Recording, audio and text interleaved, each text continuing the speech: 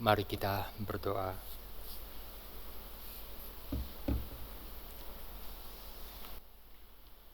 Bapa di dalam surga, kami kembali ke 2000 tahun yang lalu di dalam satu hari yang begitu mulia.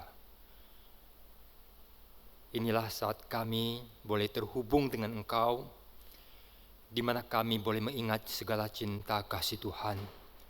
Inilah saat di mana kami boleh menangis menyesali segala cacat celah, dosa, kebengalan, ketidaktaatan yang menyebabkan Tuhan disalib.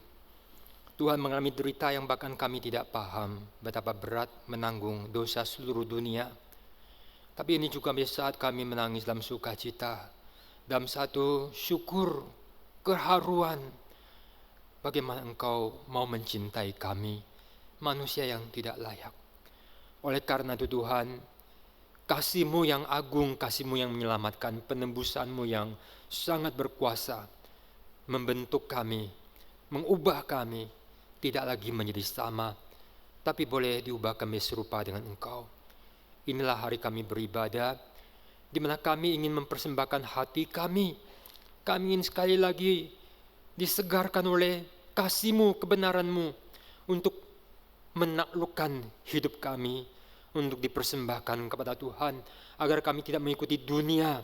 Saat ketika zaman makin menjauh daripada Tuhan, biarlah ada sekelompok orang yang boleh setia mengabdi dan melayani Engkau dengan tulus hati, dengan mengikuti Tuhan seperti Tuhan yang setia memikul salib sampai akhir. Hidup kami masih diberikan kesempatan di masa pandemik ini adalah satu anugerah. Biar kami hidup dengan kesadaran setiap waktu adalah berharga untuk kami boleh menyenangkan hati-Mu. Terima kasih Tuhan untuk ibadah yang telah boleh berjalan dari pagi dan sekarang boleh berlangsung, dan kiranya Engkau terus memimpin dan disenangkan melalui ibadah yang kami lakukan dengan penuh ketulusan. Di dalam nama Tuhan Yesus kami berdoa. Amin. Mari kita semua boleh membuka Alkitab. Membuka dari Markus pasal yang ke-14. Mari kita membuka Markus pasal yang ke-15. Markus pasal yang ke-15 ayat yang ke-33 sampai dengan 39. Kalau sudah mendapatkan, kita akan membacakan silih berganti, demikian aturannya. Saya membaca 2 ayat, Bapak Ibu 2 ayat, kemudian saya 2 ayat, Bapak Ibu 1 ayat. 33 dan 34. Pada jam 12, kegelapan meliputi seluruh daerah itu dan berlangsung sampai jam 3. Dan pada jam 3 berserulah Yesus dengan suara nyaring, Eloi, Eloi, lama sabachthani, yang berarti, Allahku, Allahku, mengapa engkau meninggalkan aku?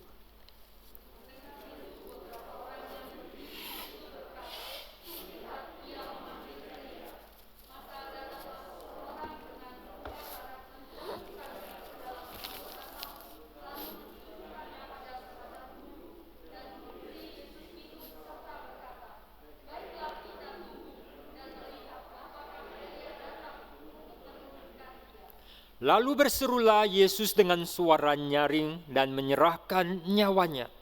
Ketika itu tabir bait suci terbelah 2 dari atas sampai ke bawah.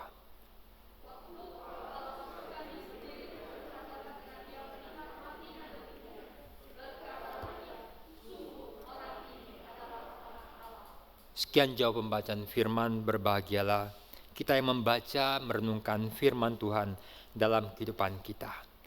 Pada jam 12, kegelapan meliputi seluruh daerah itu berlangsung sampai jam 3. Saat Yesus disalibkan di Golgota, ada suatu kegelapan yang begitu tidak lazim. Di tengah siang bolong mestinya terik, di masa ketika Paskah mestinya bulan penuh. Tetapi ada satu kegelapan di daerah itu berlangsung sekitar sampai 3 jam. Kegelapan yang tidak lazim ini adalah pertanda dari alam yang diberikan oleh Allah. Karena Dia mau supaya kita tahu, seluruh umat manusia mesti tahu bahwa ketika Yesus mati di kayu salib, ini bukan kematian yang biasa seperti yang sudah-sudah. Ini adalah kematian bukan satu individu yang nasibnya dihabisi di dalam kematian. Tetapi ini merupakan satu peristiwa kosmik, yaitu kematian yang berkait dengan nasib seluruh umat manusia. Saudara yang dikasihi Tuhan, ini adalah kematian dari kehendak Allah, di mana melalui inilah cara Allah untuk menebus dosa manusia. Bagaimana cara dosa diatasi, dosa dihukum, dan bagaimana manusia diselamatkan. Inilah kematian yang mempengaruhi dan menentukan nasib manusia berikutnya. Betapa dahsyat saat Yesus mati di kayu salib.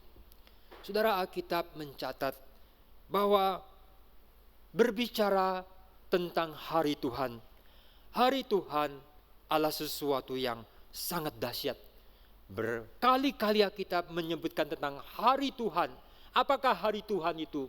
Hari Tuhanlah hari di mana Allah intervensi di dalam hidup umatnya. Dan ada dua hal yang sangat penting.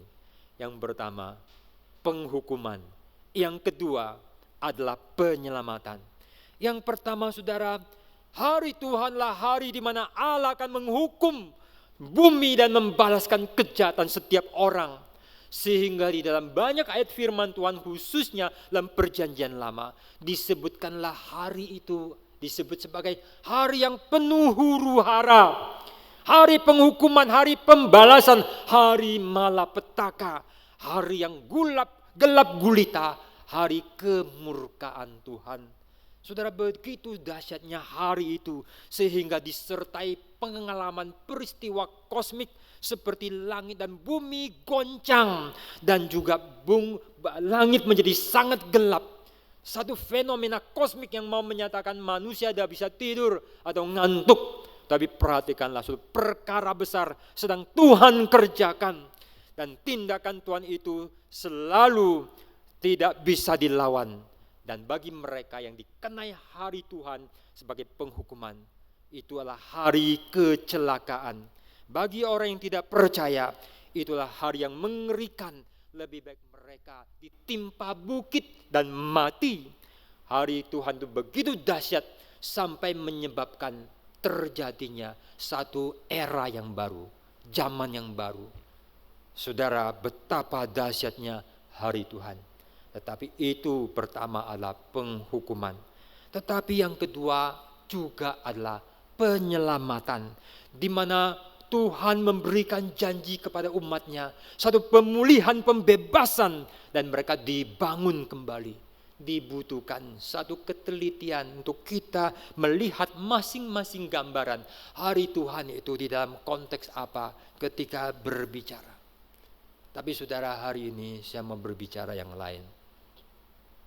Hari ini saya ingin mengajak kita melihat pada satu hari yang jarang dibicarakan para sarjana Alkitab maupun teolog-teolog.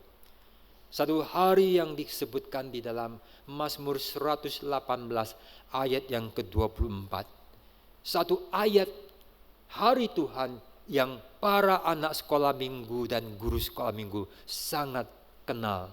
Tetapi dengan pemahaman yang belum terlalu dalam. Saudara, hari ini hari yang dijadikan Tuhan. Mari kita bersorak-sorak dan bersuka cita karenanya. This is the day that the Lord has made. Saudara yang dikasihi Tuhan, setiap tahun umat Yahudi, mereka itu merayakan Paskah. Dari zaman Musa sampai segala zaman mungkin sampai sekarang. Masih merayakan. Apalagi di zaman Tuhan Yesus. Dan pada malam hari mereka itu makan perjamuan Paskah.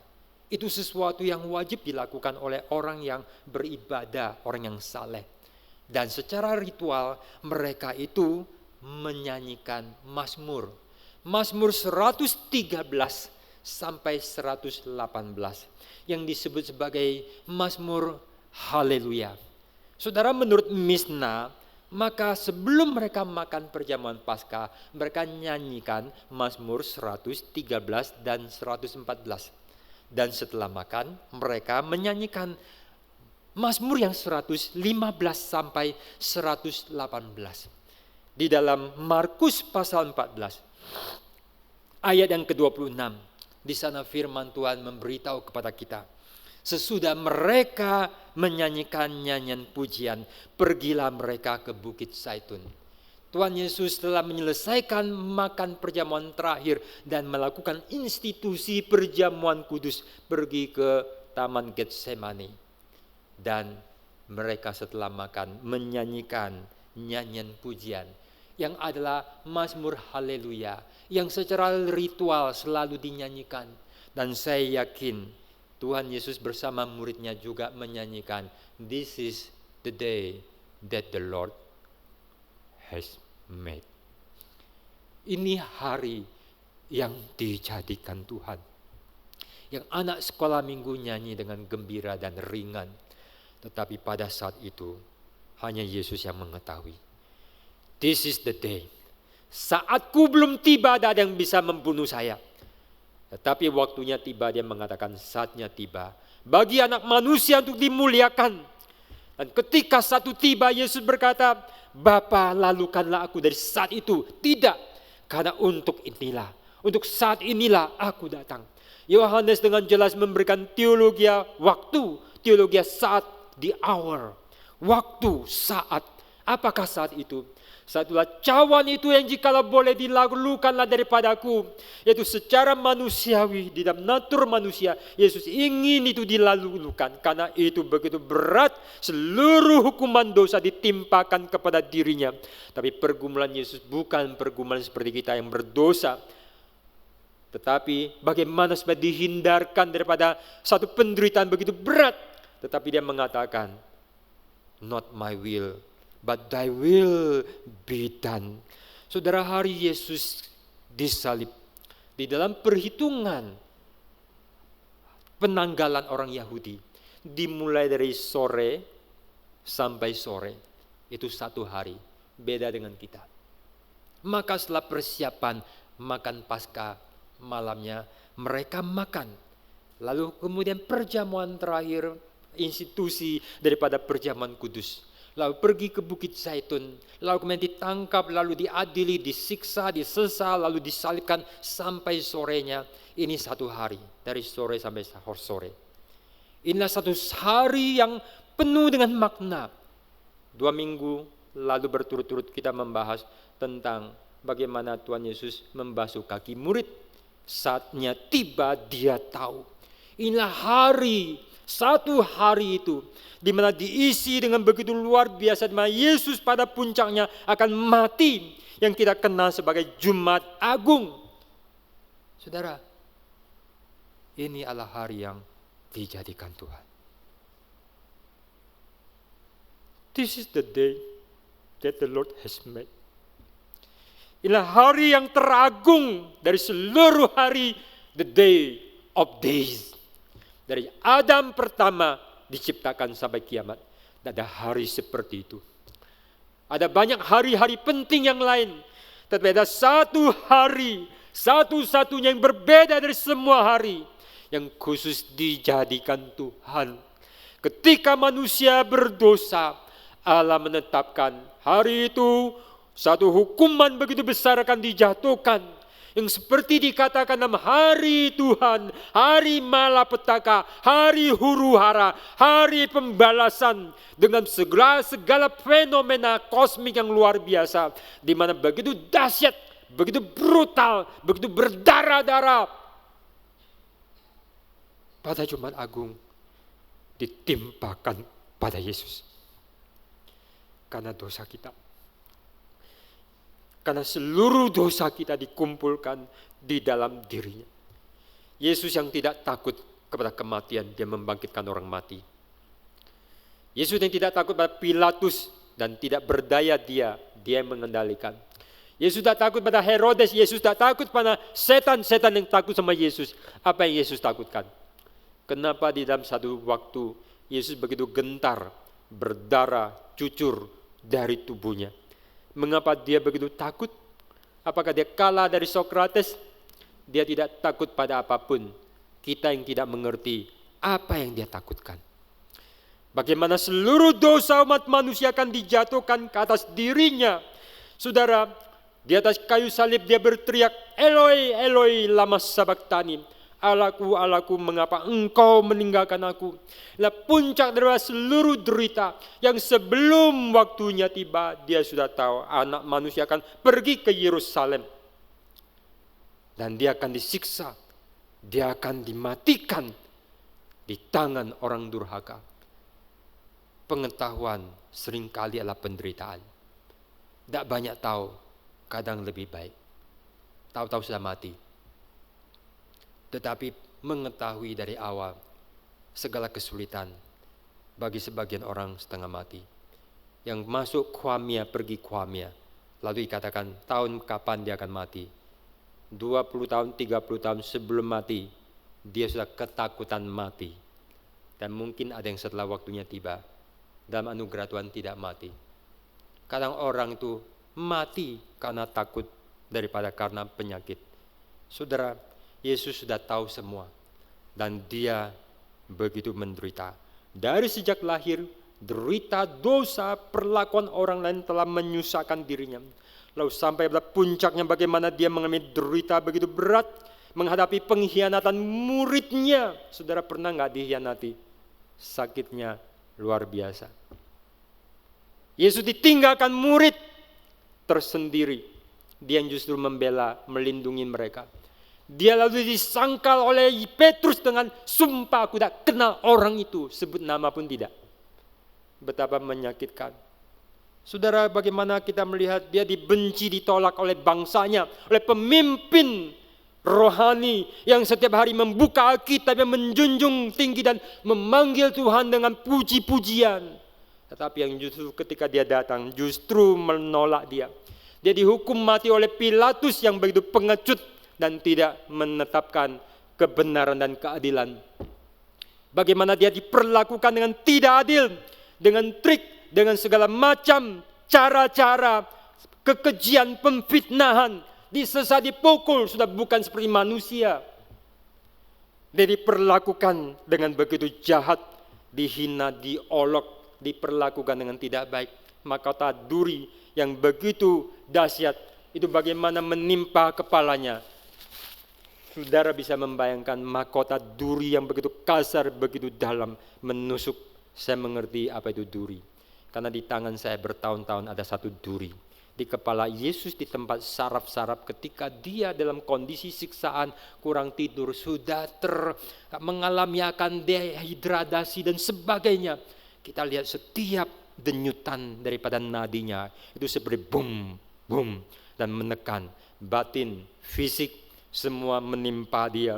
Bahkan saudara luar biasa, dua penjahat yang lebih buruk dan tidak layak, tidak masuk hitungan, tidak boleh ada kelayakan untuk menghina Yesus, merasa berhak untuk menghina. Seluruh dunia itu menghina Yesus karena inilah kegelapan dosa manusia, semua ditimpakan ke atas dirinya. Inilah fenomena alam yang diberikan oleh Tuhan yang sekaligus menyatakan inilah kegelapan yang paling gelap pada hari itu. Dosa seluruh dunia itu ditimpa di atas dirinya. Dan bagaimana satu lagi yang lebih mengerikan, secara rohani, dia yang tidak berdosa, dia yang suci menjadi dosa, dijadikan dosa. Kepada dia seluruh dosa kita ditimpakan. Mengapa Yesus disalib? Siapa yang menyalibkan? Engkau dan aku.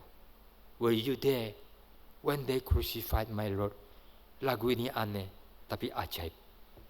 Bagaimana kita yang sekarang hidup bisa ada di sana? Secara rohani kita ada di sana.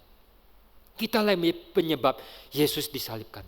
Waktu Mel Gibson dalam dia membuat film Yesus disesat, dia di dalam satu tindakan imannya, refleksinya, dia ikut mencambuk Yesus, tapi wajahnya yang terkenal itu tidak diperlihatkan, tapi itu ada badannya. Karena itu mau menyatakan, ini film adalah menyatakan dedikasinya, imannya film yang banyak menyatakan kebenaran Alkitab yang luar biasa. Dan dia sama seperti kita mengaku Yesus ada di sana karena kita semua. Seluruh dosa kita yang begitu banyak, bahkan masih manusia-manusia yang akan lahir kemudian, yang menjadi umat pilihannya, dosa kita itu ditimpakan ke atas dirinya. Matahari sampai malu, tidak mau memperlihatkan diri.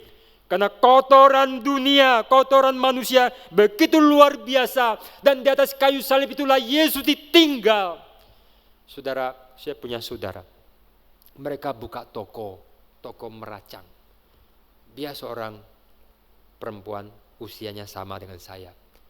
Saya dengar ketika saya pulang, bagaimana ketika ada orang datang ke toko mereka untuk membeli atau waktu itu mungkin membeli. Lalu dia yang tidak tugas jaga toko dari dalam keluar. Lalu orang yang datang ke toko itu badannya baunya begitu, si saudara sepupu saya keluar langsung muntah. Kalau Anda orang yang biasa bersih lalu kemudian kena dengan bau seperti kotoran, kalau kita ke seberang di sini baunya kotor, itu luar biasa kotor. Kalau kita hari-hari di situ kotor, berapa jam kemudian kita tuh terbiasa. Yesus adalah biasa suci, kudus, tidak ada kecemaran. Betapa menderitanya ketika dia itu mendengarkan semua keluhan, fitnahan, keolok-olokan, semua kata-kata kotor. Waktu saya pergi ke kota, ke Jawa, saya banyak hidupnya lah di dalam gereja, bergaul dengan orang gereja, tidak pergi ke nightclub, ke tempat yang tidak. Saya adalah anak Tuhan, anak gereja, pelayanan di gereja. Dan begitu saya pulang ke daerah, saya merasa telinga saya mengerti perbedaan. Karena di kalangan tertentu, di daerah tertentu, orang kalau mencarut itu kayak makan hari-hari. Saudara mengerti? Hari-hari. Saya tidak akan menyebutkan bagaimana mereka mencarut, betapa sangat tidak pantas, semua carut marut, semua olok, semua ngomongan kotor, sampai hal-hal yang terlalu immoral itu disebutkan secara sangat tidak pantas. Dan saya terganggu. Saya membayangkan Sang Kudus di dalam dunia, Sang Kudus disalib, dan waktu itu seluruh dunia punya dosa ditimpakan ke atas dirinya. Yesus mengatakan, kalau bisa lalukanlah cawan ini.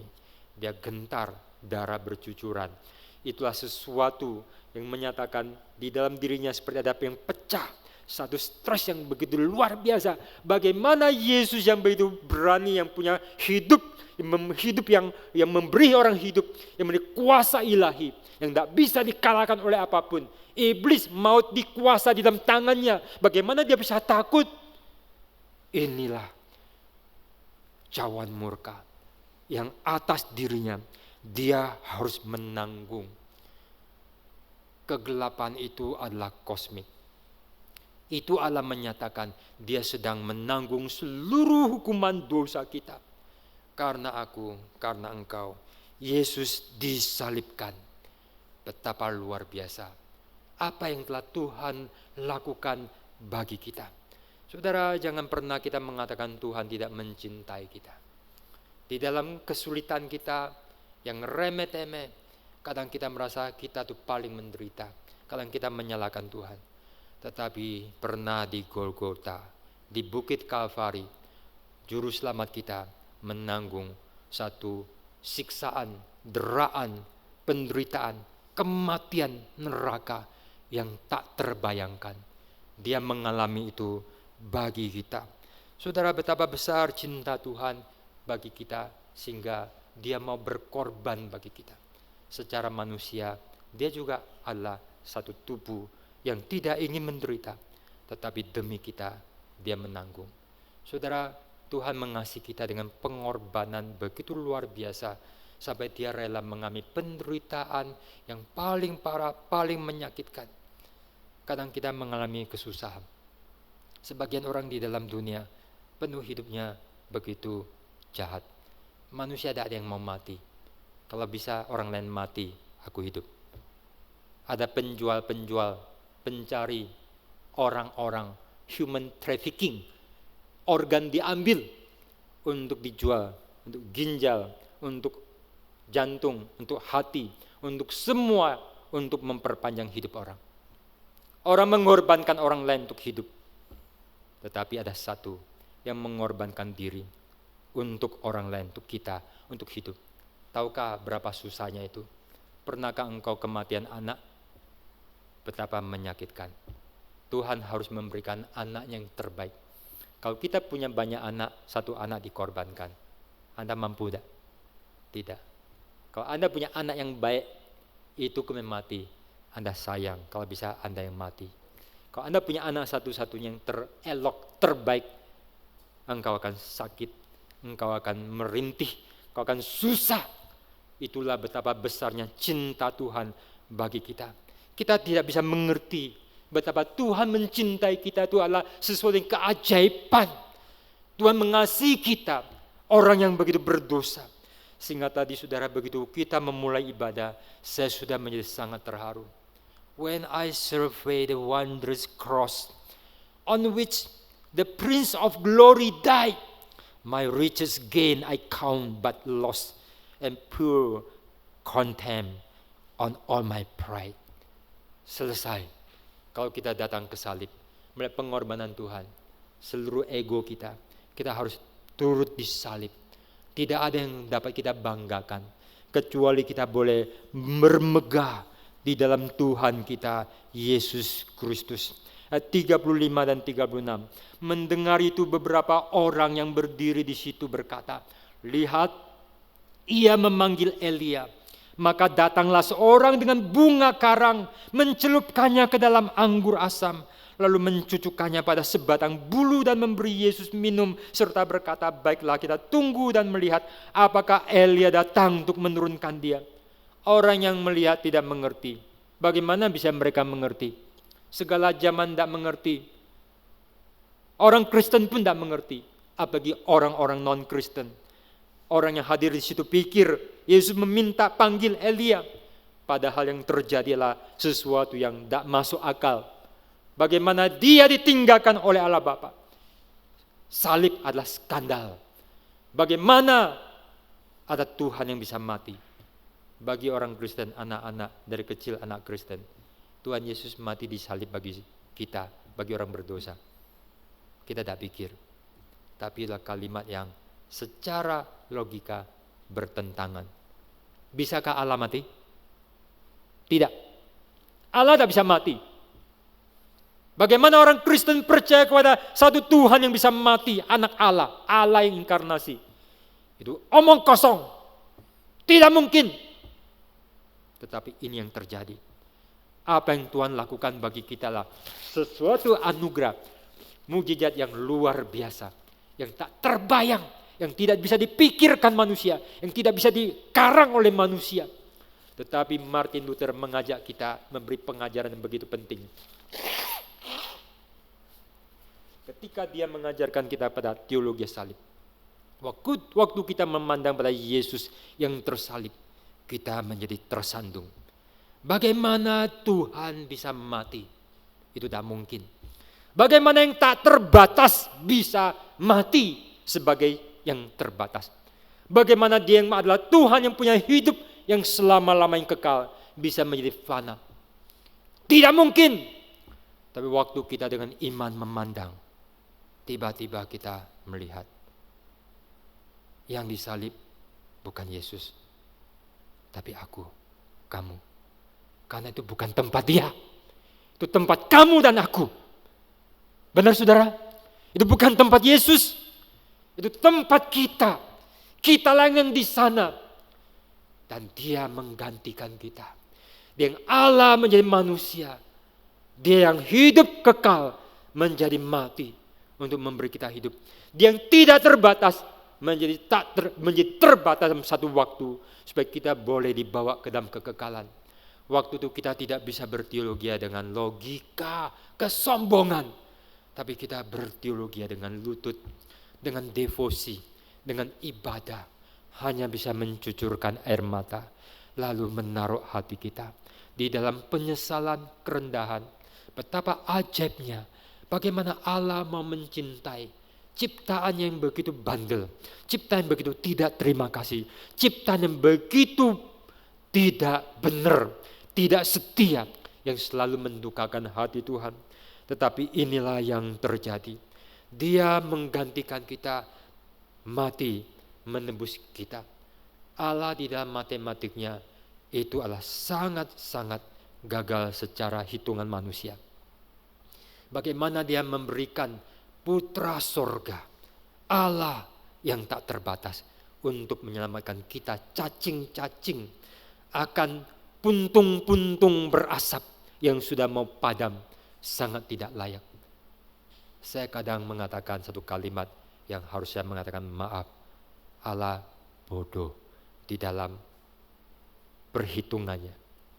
Kalau saya tidak mau lakukan, tapi Allah lakukan. Tapi saya bersyukur, saya mau menyembah, saya mau bersyukur, saya mau memberikan hidupku, hatiku untuk Dia. Karena Dia, untung Tuhan mau melakukan satu perkara yang luar biasa. Dia mencintai saya yang tidak layak. Oleh karena itu, apa layakku mempertahankan ego, diri, cita-cita. Itulah sebabnya kenapa orang-orang Kristen tidak menyayangkan diri mereka, nyawa mereka. Mereka mau ikut Tuhan, mempersembahkan diri dan menderita, tidak merasa rugi bagi Tuhan. Karena cinta yang begitu luar biasa. Jangan kita lupa cinta Tuhan. Jangan lupa Getsemani. Jangan lupa hari itu. Hari yang Tuhan jadikan. Hari yang dimana Tuhan dengan penghukuman yang begitu dahsyat, yang begitu penuh, murka penuh, tidak disisakan untuk nagih kembali kepada kita. Semua ditimpakan. Itu sebabnya hari itu begitu menakutkan bagi Yesus. Kita pun tidak ngerti apa-apa. Seperti anak kecil, semua dilayani. Orang tua mau mati, mereka nggak ngerti, kecuali ribut. Mari kita memiliki pengertian dan kedewasaan untuk mengerti cinta Tuhan yang begitu panjang, lebar, tinggi, dalam, yang tidak bisa kita mengerti. Agar kita sedikit demi sedikit lebih mengerti, agar kita bisa merespon cinta Tuhan dengan sungguh-sungguh. Dan kita boleh mengikuti jejak Tuhan, bahwa hidup seperti Yesus yang memberi diri melakukan kehendak Tuhan, Allah kemuliaan. Mencari keinginan diri, keegoisan, dan ribut-ribut justru adalah satu pengerusakan kebahagiaan dan kehancuran dan kenistaan. Ayat yang ke-37. Lalu berserulah Yesus dengan suara nyaring dan menyerahkan nyawanya. Tadi pagi Pak Tong sudah mengulas, menyebutkan, tidak perlu diulang. Yesus waktu mau mati bersuara nyaring, itu tidak lazim. Perhatikanlah baik-baik, pandanglah Yesus. Dia sangat tidak lazim. Jangan sudah merasa kenal sama Yesus, pada kita tidak kenal. Maka Philip Yancey membuat satu buku dengan judul luar biasa, The Jesus I Never Knew. Yesus yang aku belum kenal sebelumnya. Yang kita rasa kenal, kita belum kenal. Dia terlalu ajaib, dia terlalu luar biasa, dia adalah tak terpikirkan, dia begitu paradoks, dia adalah begitu tak terbatas, yang tak habis-habisnya kita renungkan, penuh keajaiban, yang hanya membuat kita bersujud di dalam ketakjuban yang tak habis-habisnya. Saudara, Yesus selalu berbeda. Tak perlu banyak belajar macam-macam teori orang. Kalau kita memandang Yesus, merenungkan Yesus, belajar firman Tuhan, firman Yesus, kita akan bijaksananya melampaui filsuf-filsuf dunia. Itulah sebabnya kenapa rasul-rasul lebih berpengaruh daripada para filsuf, lebih memberkati. Paulus lebih memberkati daripada, dan Petrus dan Yohanes lebih memberkati daripada Sokrates, Plato dan yang lain. Mereka berpengaruh, tetapi membawa perubahan nasib baik dan kemanusiaan menjadi harapan, bukan mereka, bukan para filsuf, karena mereka tidak bisa memberikan anugerah, tetapi para rasul yang membawa ajaran Tuhan Yesus. Saudara yang dikasih Tuhan, Yesus bersuara nyaring dan menyerahkan nyawanya. Kalau kita rekonstruksi ulang, di dalam hari itu di atas kayu salib ada 7 perkataan. Dan waktu Yesus mengatakan Eloi, Eloi lama sabachthani, itu yang keempat, disetujui semua penafsir. Itu yang keempat yang menjadi puncak. Bapa pertama, Bapa ketujuh. Yang di tengah Allah, Allahku, Allahku. Dia mewakili kita, dia nggak mengatakan Bapakku. Dia ditinggalkan, setelah itu dia akan menyerahkan nyawanya. Tetapi ada perkataan kelima, keenam, dan ketujuh yang dicatat di dalam Injil yang lain. Yohanes 2, lalu Lukas 1. Yohanes pasal 19, perkataan kelima adalah aku haus. Perkataan yang keenam adalah tetelestai, sudah selesai, sudah genap. Sangat penting, sudah genap. Karena Yesus datang untuk menggenapkan. Lalu yang terakhir adalah Bapa, ke dalam tanganmu kuserahkan nyawaku. Maka itulah seruan nyaring yang disampaikan. Lalu kemudian dia menyerahkan nyawanya. Yesus mati dengan cara yang berbeda. Begitu berbeda, begitu luar biasa, begitu ajaib, begitu penuh anugerah. Saudara, kita jangan takut hidup ini, kurang itu. Banyak orang punya ini dan punya itu. Tetap Allah miskinnya miskin. Tapi bahkan orang mulia, apalagi seperti Yesus, bahkan di dalam penderitaannya penuh kuasa. Di dalam saat dia mati tersalib, bahkan ketika tersalib membuat satu orang bertobat. Di dalam penderitaan orang Kristen lalu meninggalkan Tuhan, marah-marah, atau justru di dalam penderitaan terlihatlah kemuliaan yang lebih nyata, yang tidak bisa dilawan, tidak bisa dibandingkan dengan ketika semua orang, semua baik-baik, semua seperti hebat memuji Tuhan. Tapi ketika orang lain tidak bisa, di situ ada suatu kuasa anugerah pada diri orang Kristen yang berbeda. Di dalam penderitaan, bahkan dalam kondisi yang tidak menjanjikan. Saudara, sebelum Yesus bangkit, orang itu bertobat. Kita butuh semua yang namanya mujizat, butuh kebangkitan Kristus, baru menjadi percaya. Thomas sudah bangkit pun masih harus cucuk ke dalam bekas paku di tangan dan dirusuk Yesus. Tetapi penjahat itu, dia dekat sama Yesus walaupun dia brengsek dan jahat. Kekuatan anugerah Yesus merubah dia. Dia melihat wajah seperti yang kita punya poster. Luka-luka seperti bukan manusia. Begitu mengerikan. You bisa mempercayakan hidupmu kepada seorang yang gagal seperti demikian? Tidak mungkin. Orang mengejek. Tetapi kemuliaan itu tetap ada pada Yesus. Yang mengejek itu buta. Mereka minta mujizat. Tapi mujizat itu hadir di dalam diri yang luka-luka, yang penuh anugerah, yang mengatakan kata-kata anugerah, pengampunan, dan harapan dan janji, dan penuh dengan satu kemenangan, dan penjahat itu berubah. Lalu saudara, kita melihat di dalam kematian Yesus bukan sebagai seorang pecundang, tapi seorang pahlawan, pemenang, yang bukan menghancurkan orang lain, tapi membiarkan diri dihancurkan untuk memberi selamat. Bukan orang yang memberikan bom untuk orang mati supaya dia masuk surga, tetapi yang memberi diri dihancurkan supaya memberi kita bukan hanya masuk surga, tapi jiwa kita kembali kepada Tuhan, dikuduskan, disucikan jadi anak Tuhan yang berkenan kepada Dia. Maka melalui itu memberikan suatu kuasa pembaruan.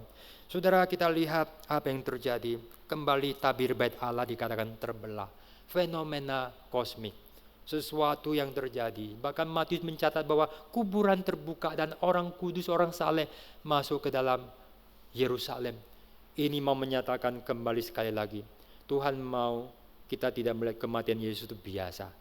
Apalagi menyangkal. Seperti iblis mau menolak. Seperti Petrus mau mengatakan jangan kau pergi ke salib. Ini semua adalah penyimpangan-penyimpangan si jahat. Semua yang menolak salib adalah berasal dari si jahat. Tetapi yang benar membawa kita kepada salib dan melihat salib itu di dalam keagungan, keaslian rencana Tuhan. Suatu pengalaman kosmik yang menyentuh akan surga dan neraka. Karena waktu itu jiwa yang mestinya di neraka dicabut.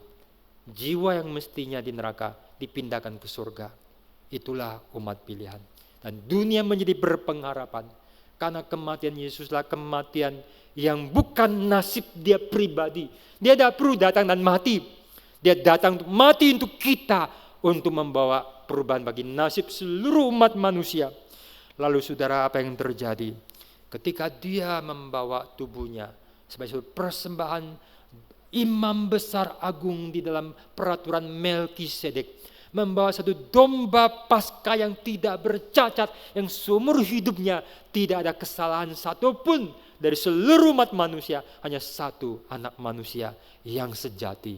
Menurut Mazmur pasal 8, Yesus itulah manusia sejati yang kepadanya Allah berkenan. Inilah domba yang tidak bercacat, yang tidak perlu diulang, seperti yang di bait Allah perlu diulang-ulang-ulang. Tetapi dia membawa sampai kepada bait suci sorgawi dan mendamaikan kita. Sehingga tabir bait Allah tidak perlu ada lagi. Bahkan bait Allah pun nanti tidak diperlukan lagi. Apakah bait Allah suatu hari akan dibangun lagi? Kita tidak tahu. Kita tidak tahu sejarah ke depan. Tetapi tidak diperlukan lagi. Karena bait Allah itu adalah kita. Kristuslah bait Allah itu. Dan kitalah tubuhnya. Dan melalui itu kita telah dibawa untuk didamaikan dengan Allah Bapa. Dan yang terjadilah satu kuasa keselamatan diberikan. Bukan saja penjahat itu diselamatkan, tetapi begitu banyak orang merespon, dan sejarah akan terus banyak orang merespon sampai hari ini dan sampai akhir zaman. Waktu itu kepala pasukan yang berdiri di berhadapan dengan dia melihat matinya. Bukan melihat mujizatnya, bukan melihat kehebatannya, penghukumannya, melihat matinya, mati yang mulia, mati yang menembus, mati yang begitu penuh anugerah. Dan dia berkata, sungguh orang ini adalah anak Allah. Saya menduga kuat, orang ini tak jauh dari anugerah. Saya menduga kuat, di dalam pergolakan ketika banyak orang Kristen dianiaya, nanti ada banyak perwira, banyak orang-orang penting yang kemudian menjadi percaya dengan resiko mereka rela untuk dibunuh, disabung dengan binatang buas. Karena mereka akan melihat satu anugerah keselamatan dalam Yesus Kristus yang tidak bisa diberikan oleh Roma, yang hanya memberikan janji kekuatan, tetapi penuh dengan segala kemerosotan moral dan kehancuran imoralitas dan kekosongan jiwa, penuh kebiadaban, penuh dengan orgi-orgi, nafsu yang sangat menyesakkan, yang akan membuat Roma harus binasa. Tetapi di dalam Yesus ada peace, ada keselamatan, ada janji yang semua orang inginkan. Hidup kekal, semua inginkan. Cari kemana-mana dengan segala usaha sampai membunuh orang lain, semua direlakan. Orang tidak mau mati, orang bunuh orang lain, ambil organ orang lain, orang celakakan orang lain untuk hidup yang baik. Tapi tidak ada yang bisa memberi hidup yang terbaik kecuali dalam Yesus Kristus yang mati menebus dosa kita. Itulah sebabnya kita hari ini kembali menyerahkan hati kita. Di dalam sesal kita menangisi dosa dan ketidaksetiaan kita. Di dalam syukur kita pun meneteskan air mata.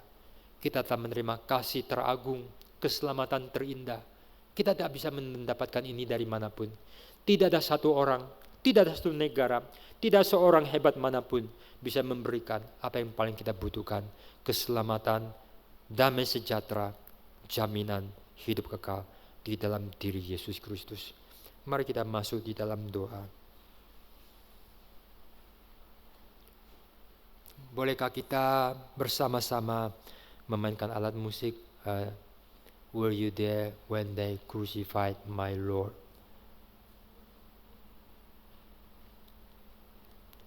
Mari kita merenungkan firman. Inilah hari ibadah. Inilah hari sembah sujud. Inilah hari di mana kita dibawa kepada satu hari. Hari yang termulia. Hari yang dijadikan Tuhan. Jumat yang agung. Yang akan kita kenang satu-satunya. Hari penebusan, hari murka Allah, tetapi kita diloloskan. Seperti di Mesir kita diloloskan oleh darah domba. Demikian juga pada hari penghukuman yang penuh, murka Allah yang penuh, kita boleh diloloskan. Karena ada satu orang yang menggantikan kita.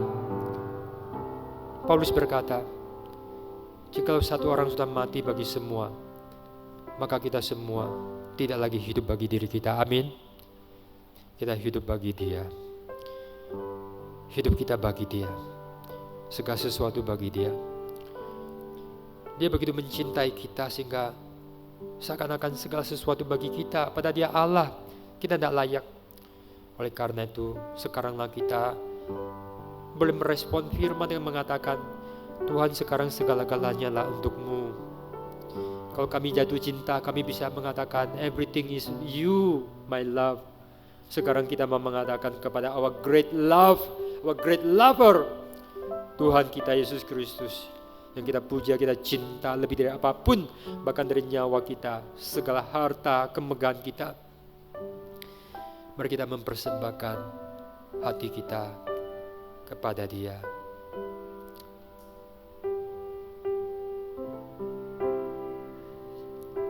Setiap orang berkata-kata dengan lembut, dengan cinta kepada Sang Pengasih jiwamu, Tuhan Yesus yang telah mati bagi engkau.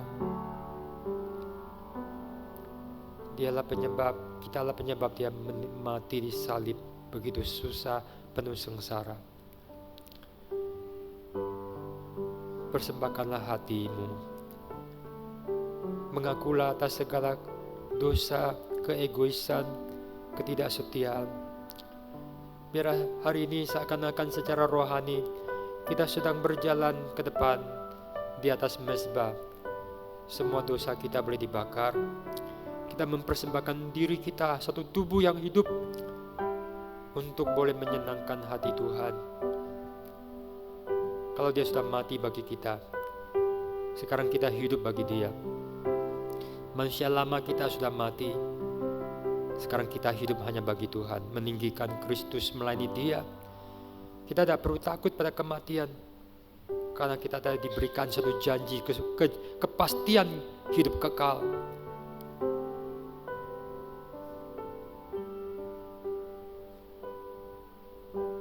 Saya minta untuk Pak Gama Liel berdoa merespon firman Tuhan, mewakili kita semua untuk kembali mendedikasikan hati kita, bersyukur untuk cinta Tuhan. Bapa di surga, sungguh ya Tuhan, Kau telah mati bagi kami, sehingga sekarang kami dapat hidup bagi. Biarlah kami hidup bagi Kristus dalam seluruh tutur kata, tindakan kami. Kami memuliakan Engkau ya Tuhan. Dan kami terus mempunyai pengharapan untuk menunggu sampai Tuhan datang kedua kali. Kami bersyukur untuk pengorbanan Kristus di kayu salib. Kami bersyukur untuk kesetiaan Tuhan. Kami bersyukur untuk kasih sayang Tuhan. Ya Tuhan. Kami bersyukur untuk pengorbanan-Mu ya Tuhan. Ya Tuhan. Ya Bapa, Ya Tuhan. Kau merelakan anak-Mu yang tunggal Ya Tuhan. turun dalam dunia untuk hidup dalam kebenaran yang tak mampu kami hidupi, Ya Tuhan. dan untuk mati menggantikan kami, sehingga maut tidak dapat merampas kami kembali, sehingga kematian merupakan jalan untuk bertemu dengan Tuhan. Kami bersyukur Tuhan untuk kasih-Mu, kami bersyukur untuk anugerah-Mu. Ya Tuhan. Biarkanlah kami Tuhan, pimpinlah kami Tuhan, agar kami hidup untuk melayani Engkau dan hidup untuk Engkau. Ya Tuhan. Terima kasih Bapa. Dalam nama Yesus Tuhan sama kami hidup, kami berdoa mengucap syukur. Amin. Amin.